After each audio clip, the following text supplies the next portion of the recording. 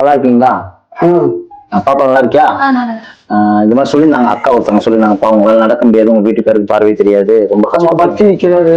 வியாபாரம் தான் பண்றாரு. எந்திரிச்சு நிக்க முடியல, ரொம்ப நிக்கவே முடியல. பிடிச்சாலும் கொஞ்ச நேரம் தான் நிக்க முடியும்.